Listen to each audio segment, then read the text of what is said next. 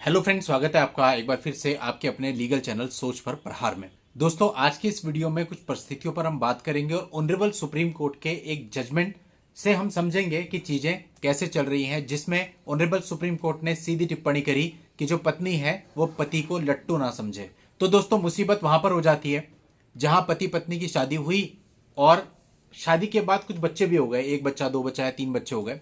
अब यहाँ एक इमोशनल चीज ऐसी बन जाती है कि अगर कोई विवाद हो जाता है तो अधिकतर मामलों में यह देखा जाता है कि पत्नी बच्चों को भी ले जाती है और पति पिछले 2 साल से, 3 साल से, 5 साल से अपने बच्चों से ही नहीं मिल पाया है।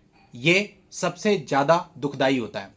अब ऐसे मामलों में कोर्ट भी कई बार सोच में पड़ जाती है कि क्या बोले क्या ना बोले। तो अब यहां पर ये जो मामला है, ये ऐसा मामला है जहां पर पति पत्नी का विवाह हुआ सन 2018 में। उसके बाद उनको 2 बच्चे हुए, 5 साल की बेटी है, 3 साल का बेटा है। दोनों पति पत्नी गवर्नमेंट एम्प्लॉई हैं और 2023 में अपने विवादों के कारण वो लोग अलग रहने लगे। जो पति था वो दिल्ली में निवास कर रहा था, जो पत्नी थी वो बच्चों के साथ अपने मायके पटना में निवास कर रही थी। अब दोस्तों, ये मामला सुप्रीम कोर्ट ऐसे पहुंचा था कि जो पत्नी है वो एक टीपी यानी ट्रांसफर पिटीशन लेकर के आई थी। अब यहां पर स्थिति ये थी कि पति अपने बच्चों से मिल नहीं पा रहा था और पति का नीचे कोर्ट में ये कहना था कि साहब, मैं अपने बच्चों से मिलने के लिए एक व्यवस्था कर सकता हूं। अब ये तो संभव नहीं है कि हर बार मैं बच्चों से मिलने के लिए इसके मायके जाऊं, क्योंकि ऑलरेडी केसेज वगैरह चल रहे हैं और बहुत सारी चीजें हो जाती है, आप सबको पता है। तो उसने एक सुझाव दिया कि मैं ऐसा कर सकता हूं कि मैं पटना में घर की व्यवस्था कर सकता हूं और वीकेंड पे जाके उस घर में मैं अपने बच्चों से मिल सकता हूं। यह सुझाव कोर्ट को भी पसंद आया। कोर्ट ने कहा हाँ भाई, इसमें तो कोई दिक्कत नहीं है। लेकिन जब यही सेम चीज पत्नी पक्ष को बताई गई तो पत्नी ने इसके लिए साफ साफ मना कर दिया कि ऐसा बिल्कुल भी नहीं है। और साथ ही पत्नी को इसमें भी परहेज था कि वो दिल्ली बच्चों को ले जाए मिलाने के लिए, यानी ना तो पति पटना में आ सकता है मिलने के लिए, ना वो बच्चों को दिल्ली ले जाएगी, मतलब पति मिलेगा ही नहीं। ये परिस्थिति इस मामले में बन गई थी। अब दोस्तों, पत्नी की ऐसी बात से अब कोर्ट को भी कुछ ना कुछ फैसला तो करना था। कोर्ट ने यह बोला कि या तो भैया ऐसा कर लो कि पति पटना में जाएगा, वहां पर अलग मकान की व्यवस्था करेगा और वहां पर बच्चों से मिलवा दिया जाए, या फिर ऐसा कर लो कि जो पत्नी है वो दिल्ली आएगी और दिल्ली में जब वो आएगी तो उस समय पे पति के साथ जो उसके माँ बाप रह रहे हैं वो अपने माँ बाप को किसी होटल में छोड़ाए या फिर किसी गेस्ट हाउस में रख दें, क्योंकि पत्नी उनके साथ रह नहीं सकती है। तो ये इस प्रकार की चीजें यहां पर आई।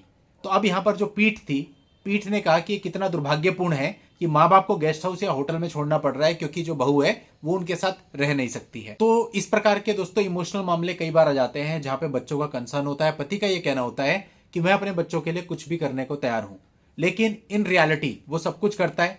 वो एक तरफ मेंटेनेंस भी दे रहा होता है, लड़की है तो उसमें सुकन्या में भी जमा करा रहा होता है, उनके फ्यूचर के लिए उसने एलआईसी भी करा रखी होती है, तमाम प्रकार के प्लान भी होते हैं दिमाग में कि आगे जाके उसको ऐसा पढ़ाना है, ऐसे करना है, ये करना है। लेकिन डार्क रियलिटी यह है कि इन सब चीजों के बावजूद वो अपने बच्चों से साल में 1 या 2 बार मिलने के लिए भी तरस जाता है। इवन अगर वो चाइल्ड कस्टडी का केस भी फाइल कर दे और उस चाइल्ड कस्टडी के केस में उसके फेवर में कोई ऑर्डर भी हो जाए, तब भी उस ऑर्डर की कंप्लाइंस नहीं हो पाती। 1 बार नहीं हुई, 2 बार नहीं हुई, 3 बार नहीं हुई, फिर वो बेचारा परेशान होता है, राय लेता है लोगों से, सब ऑर्डर भी हो गया अब तो, और बच्चे से मिले हुए 5 साल हो गया, बच्चा 5 साल का था जब गया था, अभी वो 10 साल का हो गया, बच्चा भी पूरे तरह से उसके इन्फ्लुएंस में उसी की भाषा बोलता है, मैं क्या करूं। अब ऐसे में ज्यादा से ज्यादा कोई ये सजेस्ट करता है कि भाई आप एक कंटेम्प्ट ऑफ कोर्ट की एप्लीकेशन लगा दो। इसके आगे का दुर्भाग्य ये कि वो एप्लीकेशन लगाता है, 1-1 साल तक वो एप्लीकेशन ही जुडिशरी में डिसाइड हो नहीं पाती है, कभी कुछ कभी कुछ कभी कुछ हो ही नहीं पाते डिसाइड। और अगर डिसाइड होती भी है तो पत्नी को थोड़ी सी डांट लगा दी जाती है, एक बार वो मिलवा देती है, अगली बार से मिलवाना फिर बंद। तो स्थिति ये, अब कब तक वो कंटेम्प्ट लगाता रहेगा, कब तक सालों वेट करता रहेगा। इन शॉर्ट बात यहां पे ये आ जाती है कि यदि बच्चे हैं और बच्चे पत्नी ले गई है तो एक तरह से आप ये समझ लीजिए कि बच्चों से मिलना, बच्चों को पास रखना आज के समय नामुमकिन है। सिर्फ आप इतना ही कर सकते हो कि दूर रहते हुए उनके लिए जो कर सकते हो कर सकते हो बस। और इसी इमोशनल टच में कई बार आदमी खुद को बर्बाद भी कर लेता है, क्योंकि अगर वो बच्चों का कंसर्न छोड़ दे तो कई बार उसके पास ये ऑप्शन होते हैं कि वो बाहर आ सकता है, लेकिन वो नहीं आता क्योंकि उसको ये चाहिए होता है कि बच्चों किसी प्रकार से मिल जाए, बच्चों की कस्टडी किसी प्रकार से मिल जाए, विजिटेशन किसी प्रकार से मिल जाए।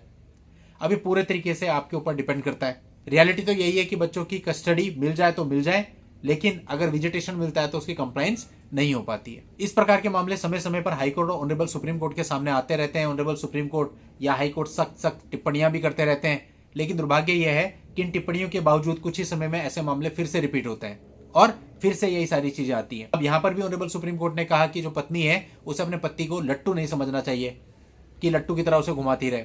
लेकिन इन सब टिप्पणियों से केवल ये होता है कि अगले दिन न्यूज में आ जाता है कि भाई इस पर्टिकुलर मामले में एक सुप्रीम कोर्ट की बेंच ने इस मामले में ये टिप्पणी करी है, लेकिन उसका इम्पैक्ट अगर अगले केस पे भी आ जाए जहां ऐसा मिसयूज हो रहा हो, तब तो बात है कि भाई उस टिप्पणी से कोई हमें फायदा मिल गया। अदरवाइज टिप्पणी है, न्यूज हेडलाइन बनती है और अगले दिन फिर सब भूल जाते हैं और फिर वही मिसयूज के मामले ऑनरेबल सुप्रीम कोर्ट के सामने आ जाते हैं। तो इसलिए जहां तक मुझे लगता है कि सख्त टिप्पणी के साथ साथ सख्त कार्रवाई भी बहुत जरूरी है। कानून जो बने हुए हैं इसमें सुधार भी बहुत जरूरी है। इसमें इंप्रूवमेंट नहीं होगा तो ये सारी चीजें इसी प्रकार से आगे तक चलती रहेंगी। बहुत पुराने लॉ हैं, हिंदू विवाह अधिनियम हो गया, आपका चाइल्ड कस्टडी के लॉ हो गए, बहुत पुराने हैं।